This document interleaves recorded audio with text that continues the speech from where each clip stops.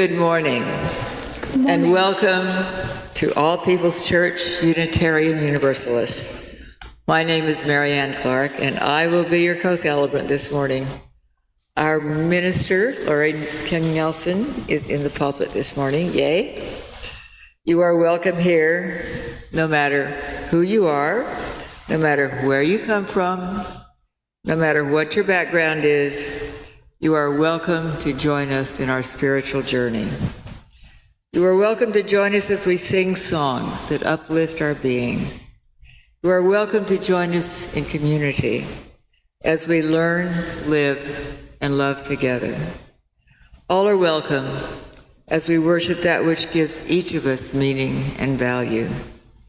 No matter what you call this building, this hour, or this gathering of people, we worship as one body, illumined by the light of the chalice.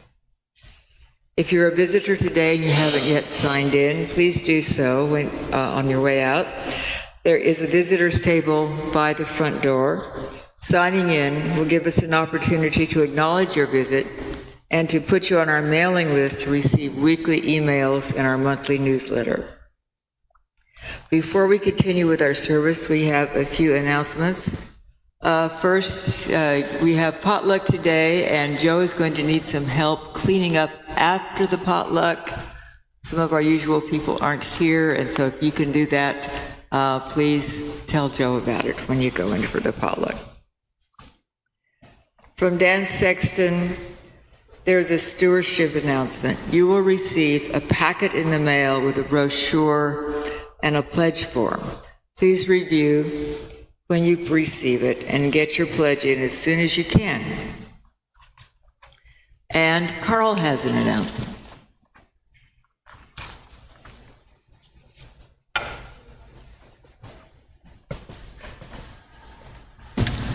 Good morning. As a number of you know, I'm involved with an organization that puts on Oak Cliff Earth Day every year. I know some of you have come over there and joined us, and we've had a booth at times. And this year, I would like to, on behalf of the organization, extend an invitation to everyone at All Peoples. And I have the minister's permission. Okay, and I have the minister's permission to invite you to a UU service that will be held at 10:30 a.m. next Sunday in Oak Cliff.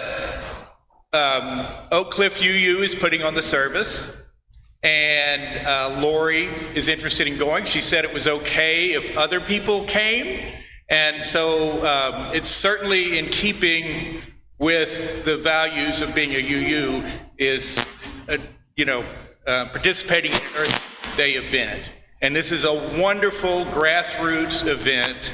And there will be a UU service at 10:30 a.m., and it's at Lake Cliff Park in Oak Cliff. If anybody has any more questions, you can ask me after the service. And I just wanted to show you our nice t-shirt, because sometimes people are interested in the t-shirts, which has monarchs on it this year. So we do a different animal every year.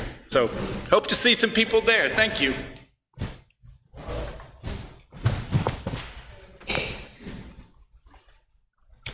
From Sarah Barrel Harrop, we will be starting our lower elementary, Our Whole Lives, OWL, class next week, and there is still time to enroll your grades K through 3 children. OWL curricula were developed by age group with the information and activities customized to be appropriate and engaging for that age group. At this age, subject areas include bodies, gender, boundaries, family, and where babies come from. We will hold 2 simultaneous sessions, one with K to 1 graders and the other with the 2nd to 3rd graders. Please contact Sarah for more information or to enroll. And now please settle comfortably for our musical prelude.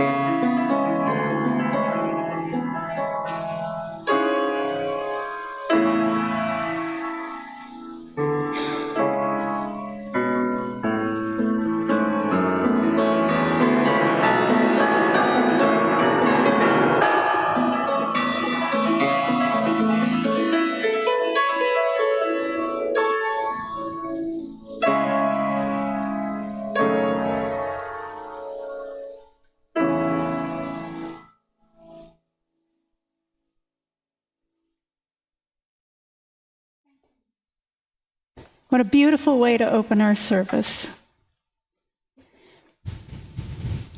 So I hope that sometime in July or August, each of you thinks back to this wonderfully cold morning where we got one extra day of winter.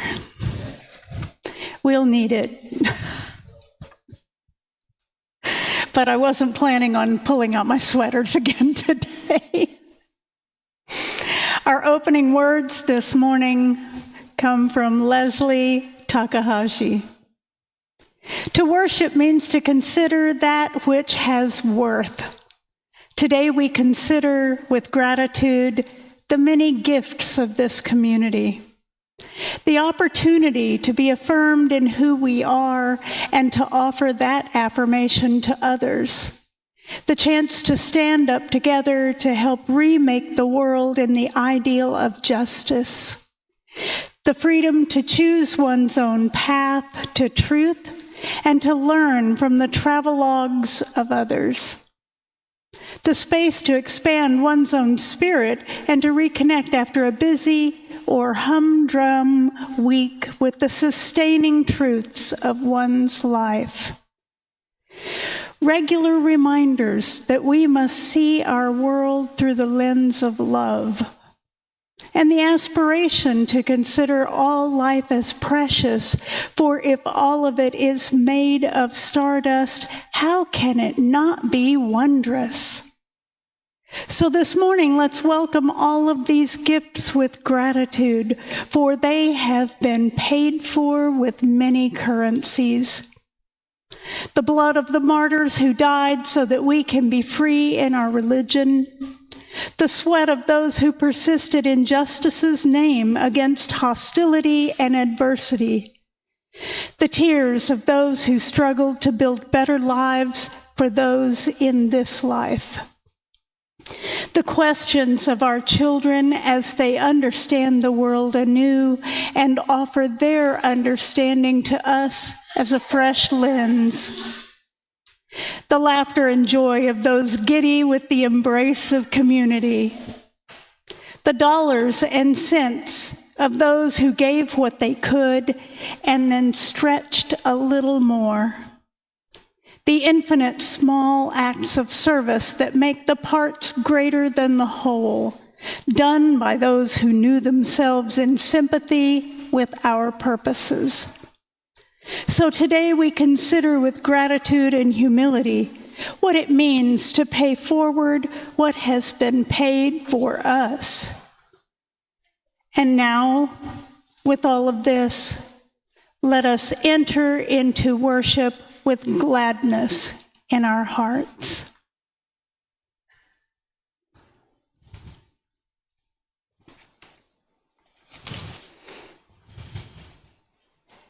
We now invite you to rise in body or spirit for our chalice lighting, our opening hymn, and our spoken affirmation. Our chalice lighting words this morning are from our former minister, Marjorie Montgomery. Life is a gift for which we are grateful. We gather in community to celebrate the glories and the mysteries of this great gift. Please join now in singing our opening hymn. This is our hymn of the month for April, This Little Light of Mine, number 118 in black hymnal. Gray hymnal.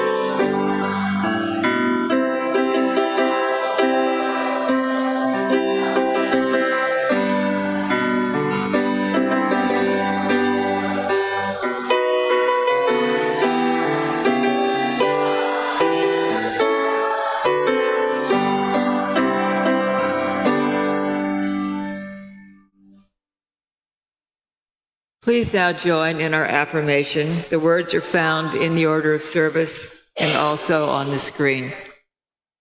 Love is the doctrine of this church. The quest for truth is our sacrament, and service is our prayer.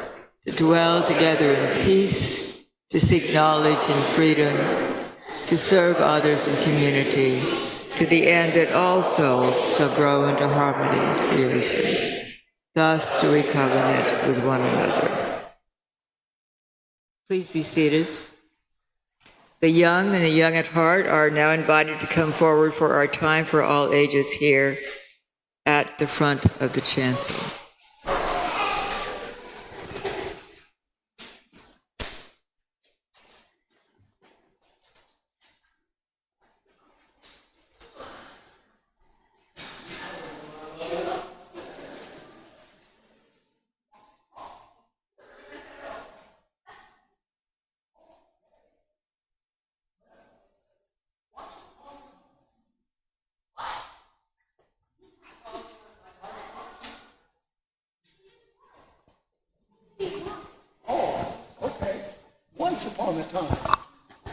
Once upon a time, there was a little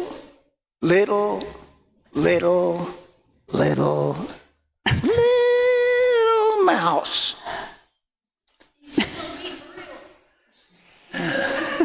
And the little mouse lived in the forest.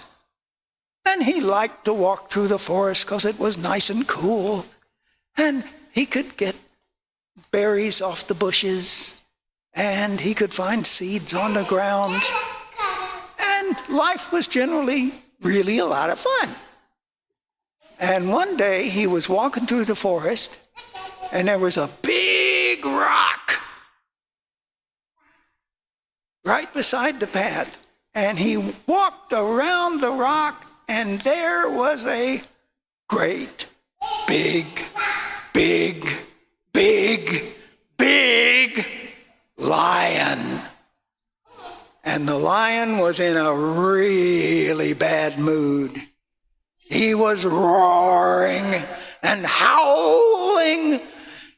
And he saw the little mouse and said, "I'm going to eat you." And the mouse said, "Why?" And the lion said, "Well, I feel like it." And the mouse said, "What is wrong with you?" And the lion said, "I'm mad and I'm hurt. And I got to take it out on somebody. And you're the only one here." And the mouse said, "How are you hurt?" And the lion held out his paw, and in the paw was a great big thorn. And he said, "I am hurt, and I can't get my teeth around the thorn to pull it out. So I'm going to eat you." And the mouse said, "That don't make no sense." And he said, "Why don't you let me pull the thorn out?" And the lion said, "You're too little. You're just a little mouse." And he said, "Well, why don't you let me try anyway? Then you can eat me." And the lion said, "Okay."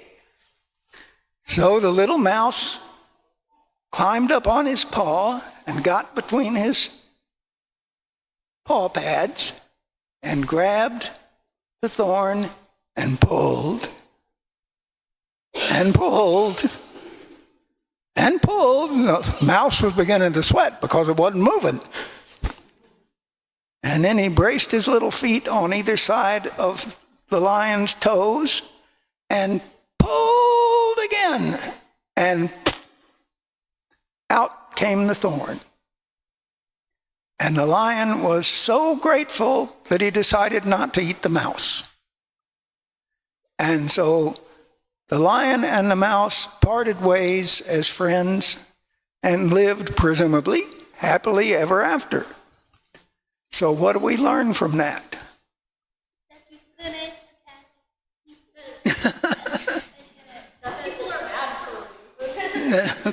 People get mad for a reason.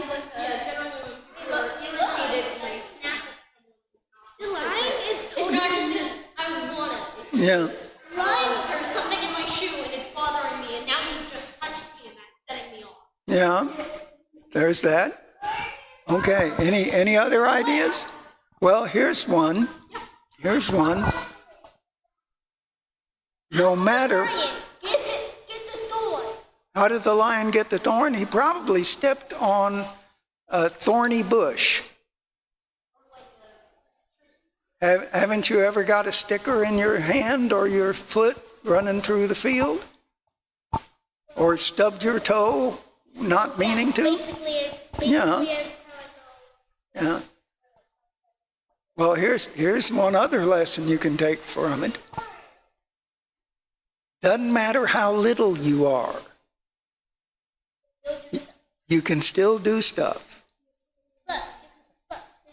Like a man named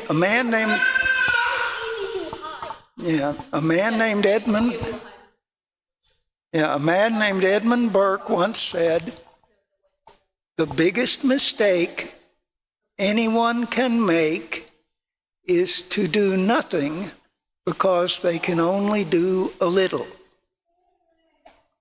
And so whatever little you can do to make the world better makes the world better, and we should all try to do that.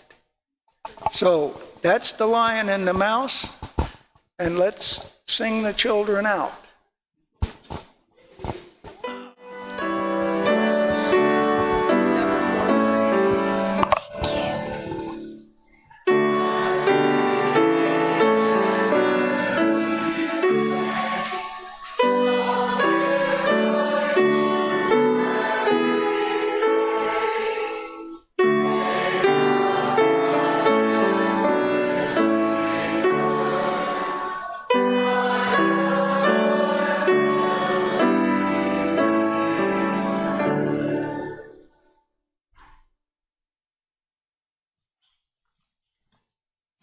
Good story.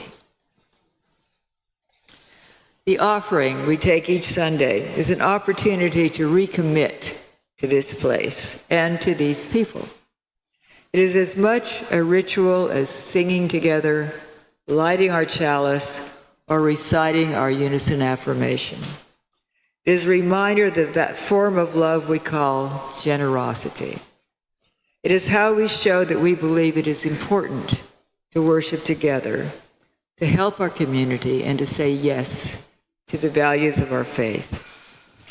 It is our custom to share the undesignated cash offerings that are collected each week. We do this on a quarterly basis for a nonprofit or a charitable organization. Our Share the Plate recipient for the second quarter of 2025 is the Underground, which is sponsored by Unbound Now, to help the victims of human trafficking. If you prefer, donations can be made using the QR code that is on the back of the order of service. The gifts of the congregation will be most gratefully received. Will the ushers and the choir please come forward?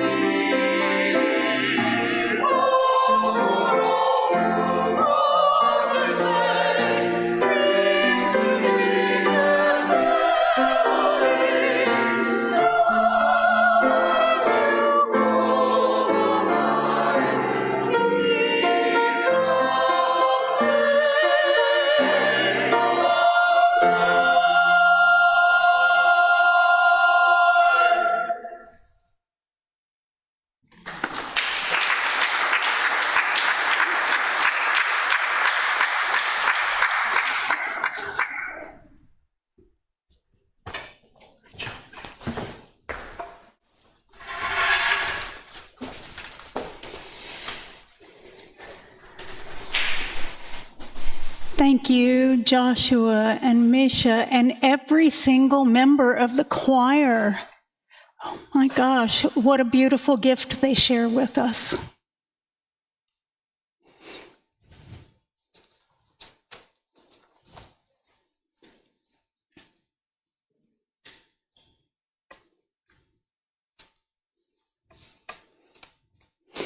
Our reading this morning is actually the first half of The Guy on the Bus, a stewardship sermon preached on Sunday, March 5th, 2017, in the Unitarian Universalist congregation of Princeton, New Jersey, by Reverend Bill Neely.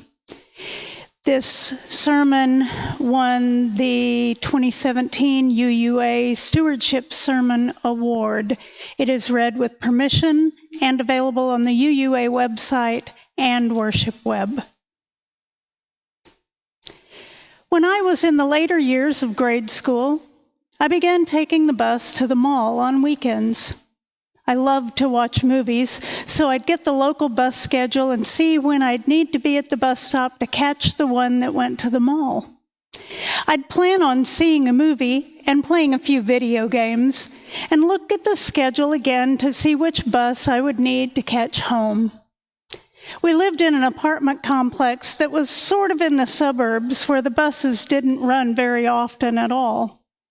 Everything had to be timed out, or you could end up waiting a long time, possibly hours, for the next bus to come your way. And the bus fares, which were cash only then, had to be figured out in advance as well. The fare getting there was pretty simple. I either had it or I didn't. And if I didn't, I couldn't go anywhere to begin with. But once at the mall, I was always worried that after the movie, some snacks, and some video games, I wouldn't have enough cash for the bus fare home. I worried that I would accidentally spin down into that return fare and that I would be stuck at the mall. So I got in the habit of, before I even left home, putting enough bus money for the ride home in my left pocket and never using it while I was at the mall. I could spend what I had in my right pocket down to the last penny if I wanted to, but I would never spend what was in my left pocket. It was always the fare plus a little extra just in case. It was never to be spent until it was dropped into the little metal and glass container next to the driver, who would drive me several miles before delivering me a few hundred yards from my home. It was my safety blanket, that little bit of money in my left pocket. It meant I could get home quickly, easily, and safely. And so you can imagine the startle that I felt one day after watching the movie Ghostbusters, the original, having some popcorn, and playing pole position, my favorite race car game, at the arcade, when I stepped aboard the bus and reached into my left pocket for my bus fare and found the pocket empty. There was no money there. I knew there was no money in my right pocket either, but I stepped out of the way of the people behind me and checked anyway. I checked my back pockets and my jacket pockets, and there was no money anywhere. I had no idea what to do. The line had cleared by then, and the driver was watching me frantically patting my pockets for money. I was ready to wave him on and start a long walk home that would end with my parents probably being quite hesitant to let me keep taking these trips to see movies, trips I really enjoyed. But before the driver could close the door, the last man to board the bus, who was still standing close to the fare box, looked at me and said, "I got you." He was dressed in jeans and a brown work shirt. I remember thinking that he probably worked maintenance at the mall and was headed home. And he saw and registered the mess that I was in. And with a simple, "I got you," He put my fare in the box so that I could go home. I said, "Thank you so much," to him, to which he replied, "No problem." And he did that smooth, quiet head nod thing that made him seem really cool to me. He then sat down and read a book while I sat opposite him on the bus. We didn't say another word to each other until we reached his stop, which was before mine. As he stood to leave, I said, "Thanks again." And he gave another cool guy head nod. And that was the first and last time I saw him.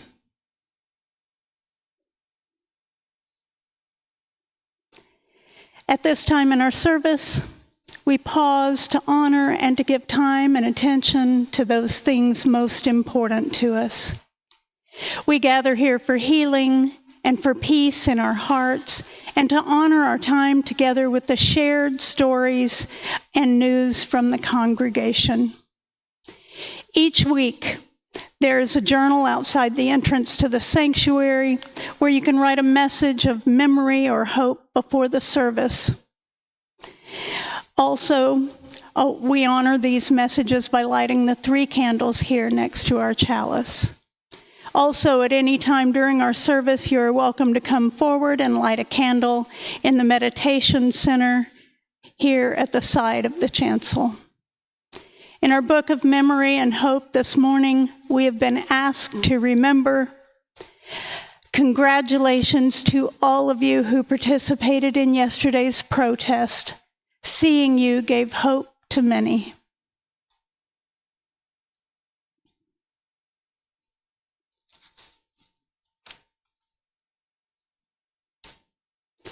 We pause at this time to hold and honor the sorrows and celebrations among us, including those deeply felt but left here unspoken. Let us pause for a moment of silent meditation and music. Our meditation words are by Michelle LaGrave. We, you and I, are in between right now. In between what was and what will be. In between who we were and who we will become. In between letting go and embracing. In between saying hello and saying goodbye. In betweenness, it's a thing. In betweenness is a time of fullness, a time of anticipation, a time of hope, a time of worry, a time of sadness. In betweenness is a time of waiting, waiting for news, waiting for departure, waiting for arrival, waiting for death, waiting for life. In betweenness is a time of transformation, a time of reflection, a time of action, a time of growing, a time of becoming. During this time of in-betweenness, of knowing and not knowing, let us enter into this silence together.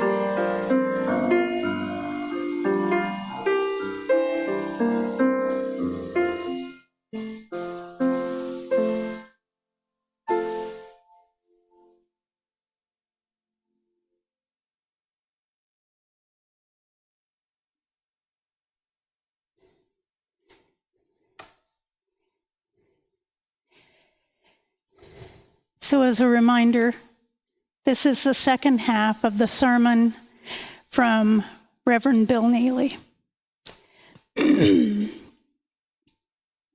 But he has stayed with me, he and his, I got you. He got that I was a stuck kid and needed help. He got that something had gone wrong somewhere and I was in a tricky situation. He got that he had a few bucks and could help tremendously, and he parted with that money quickly and with no more flash than a head nod. I thought that I was independent. He got that I wasn't. Not really. I may have been a kid who could manage a bus trip to a mall, but there would be times when I would need help getting home, times when I couldn't do it alone, times when I would need the kindness of strangers to get me where I needed to go, safely and with ease. I thought I was independent and would be able to manage that journey and any other journey in life I wanted to take alone. He got how wrong that was. And through his actions, he taught me what he got, what he knew, what he had probably learned in innumerable ways over his years. That we're all in this together. That we have to be each other's keepers. That we have to give away the goodness we hold without exception, without reservation, as limitlessly and luminously as possible. His act was an act of ministry, far more alike than unlike the kinds of acts that we, as a faith and as a congregation, create in the world. We too bear witness to fear and confusion. We too see people who find their anticipated journeys through life blocked by obstacles. And unlike whatever happened to me at the mall, those obstacles often have nothing to do with their own creation. We too know that sometimes something goes wrong. And like him, we too know life to be an interdependent enterprise. And that we are all elementally connected with everyone else on the bus, in the mall, and in homes and places everywhere. And we know that if we can help, we should. And we too know that sometimes we are not the wise gift giver, but the one in need of the gift. For we have all known the fear and despair and sadness that have caused us to sink down. We have all had obstacles placed before us that we could not move ourselves. We have all worshiped our own imagined independence to the point of making it an idol, only to have our pockets or spirits or hearts or hope go empty at the wrong time. And in those anxious moments, as we've found again that we're not really in control of life, and that we are not as independent as we thought we were, we know that others have helped us through. There will be times when what gets us through life's most difficult moments is the kindness, the compassion, the empathy, and the love of another. Sometimes of someone we know, sometimes of strangers along the way.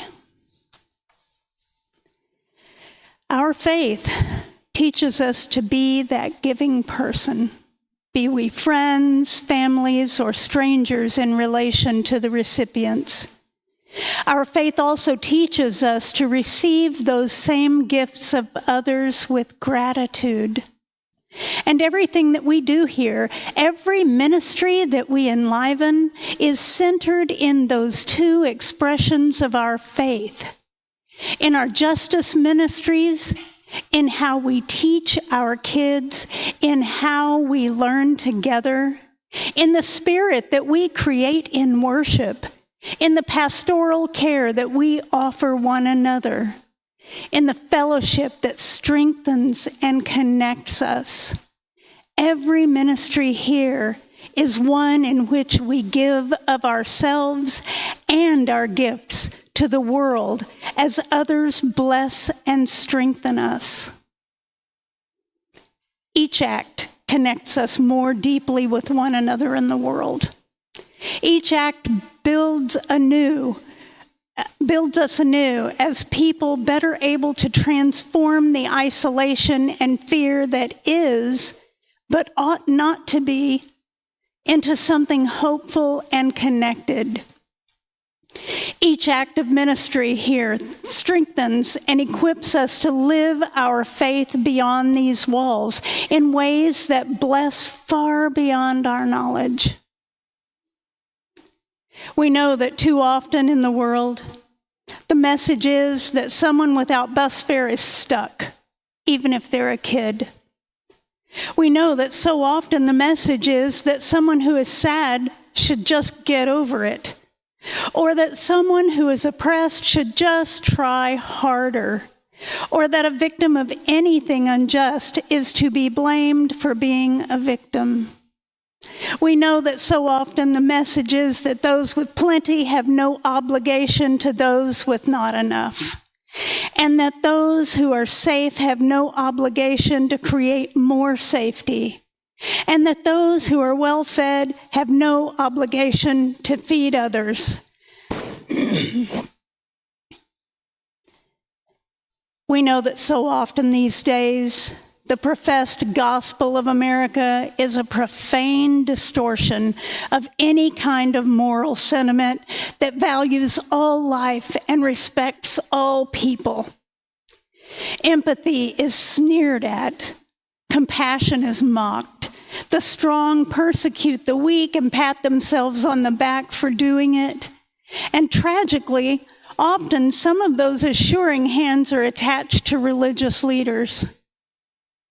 Intelligence is ignored while hyperbole is front-page news.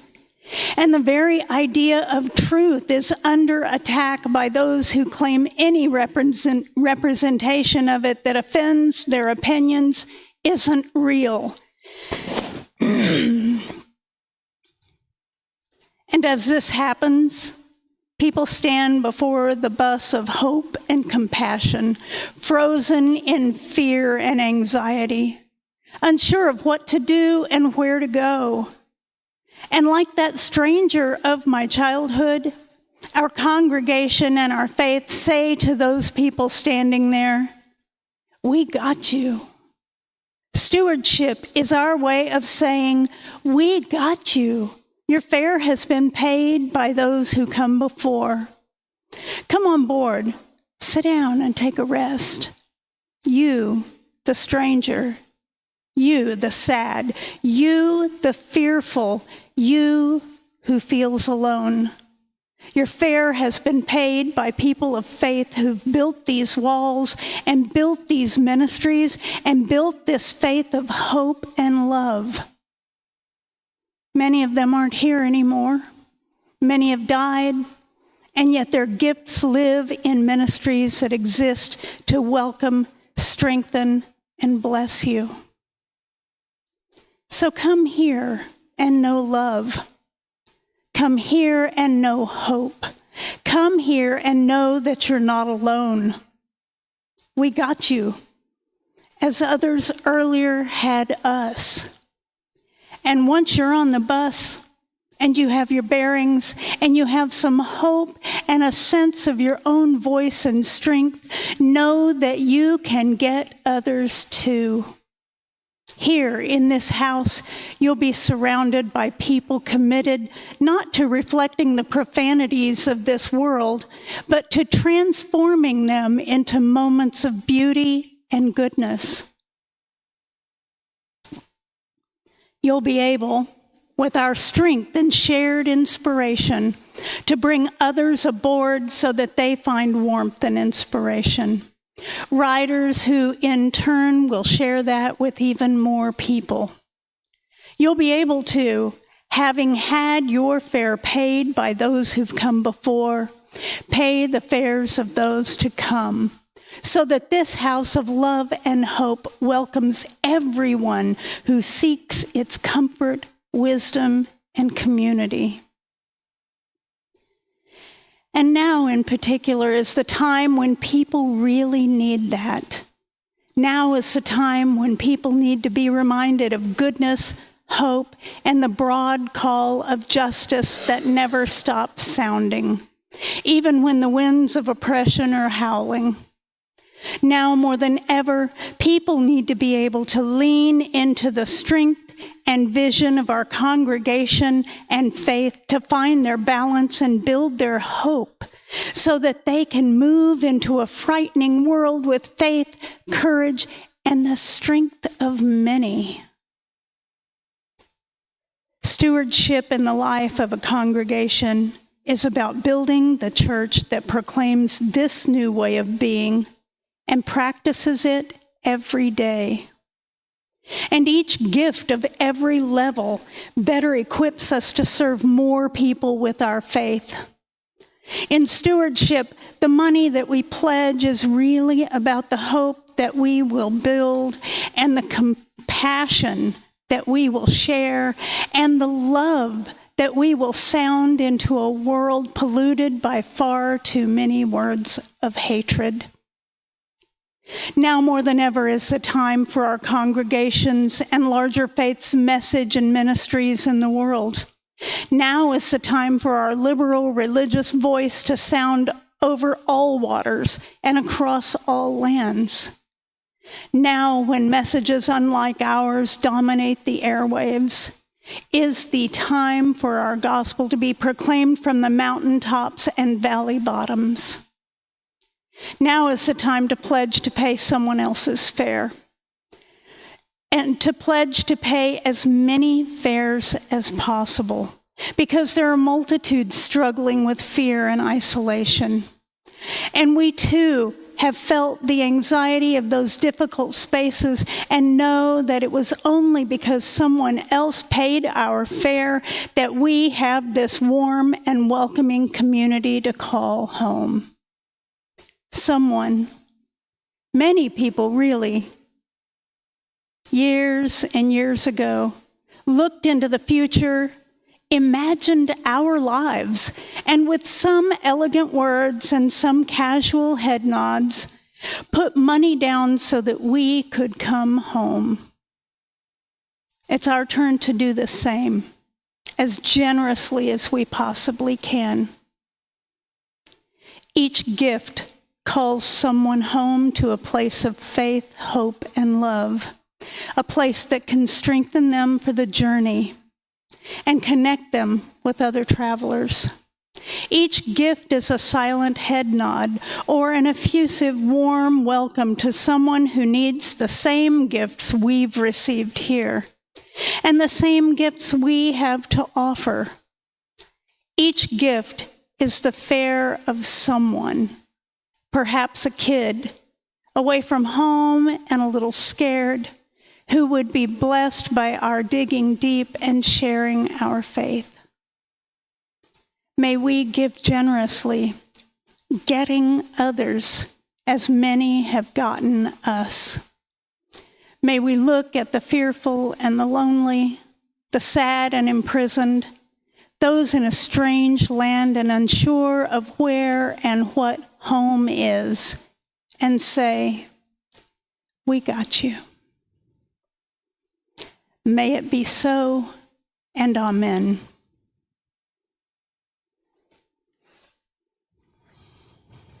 Will you rise in body or spirit for the closing hymn, number 1018 in your teal hymnal? 1028, thank you. And is it the fire of commitment? Okay.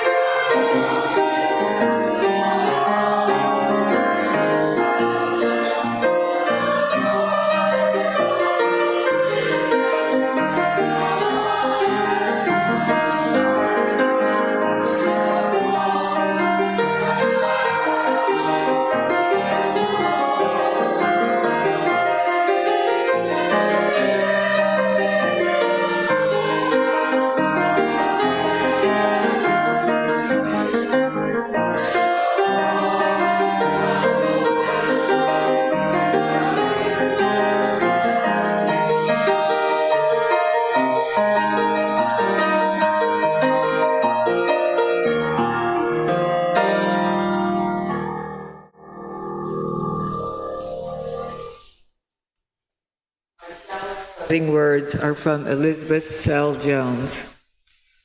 We extinguish this flame, but not the light of truth, the warmth of community, or the fire of commitment. These we carry in our hearts until we are together again.